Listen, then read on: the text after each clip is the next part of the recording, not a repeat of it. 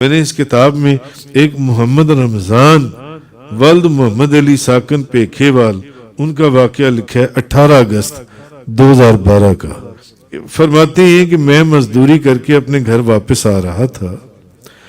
ٹھوکر نیاز بیگ کے قریب 2 موٹر سائیکل سوار لڑکوں نے مجھے روک لیا اور میرے پر پستول تان لیا، ٹھوکر نیاز بیگ کے قریب، اور مجھے کہا کہ جو کچھ ہے نکال دو ورنہ گولی مار دیں گے،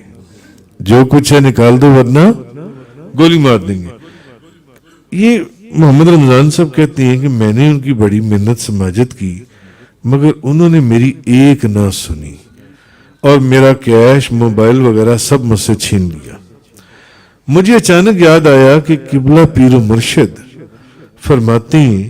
کہ مصیبت میں حضور غوث اعظم کا نام پکارو تو مصیبت دور ہو جاتی ہے۔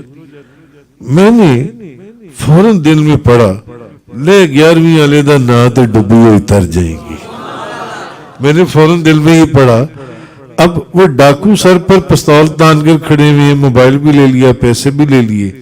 ہیں جی، اور ان کو ذہن میں خیال آیا کہ میرے پیر و مرشد فرماتی ہیں کہ مشکل میں حضور غوث اعظم کے نام کو پکارو، ان کو پکارو تو مشکل حل ہو جاتی ہے۔ تو میں نے فوراً پڑھا لے 11ویں علیحدہ نات ڈبی ہوئی تر جائیں گی جی۔ تو اور آگے میں نے کہا کہ یا غوث اعظم ان پیسوں سے میں نے بچوں کی عید کے کپڑے لینے تھے مگر میرا تو سب کچھ لوٹ گیا، میری تنخواہ موبائل سارا کچھ وہ لے گئے ڈاکو۔ فرماتے ہیں کہ ڈاکو مجھے لوٹ کر ابھی چند قدم ہی گئے ہوں گے، چند قدم، ان کی موٹر سائیکل رک گئی، ان کی موٹر سائیکل رک گئی۔ اب میں اور ڈر گیا کہ پتہ نہیں اب انہوں نے کیا سوچا، کہیں واپس آ کر مجھے گولی نہ مار دیں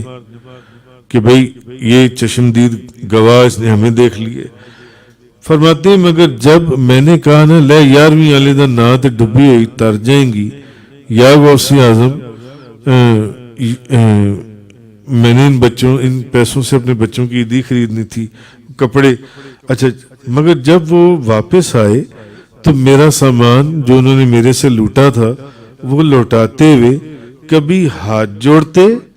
کبھی مجھے مولوی صاحب کہتے تو کبھی مجھے حاجی صاحب کہتے، اور کبھی مجھے 5 تن پاک کا واسطہ دیتے اور کہنے لگے ہمیں معاف کر دو، ہم سے غلطی ہو گئی ہے۔ مجھے ایسا محسوس ہوا جیسے ان کو کچھ دکھائی نہ دے رہا ہو اور وہ اندھے ہو گئی ہوں اور وہ مجھ سے معافی مانگ رہے تھے۔ خیر میں نے اپنے پیسے اور اپنا موبائل اور وہ لیا اور میں نے وہاں سے دوڑنے کی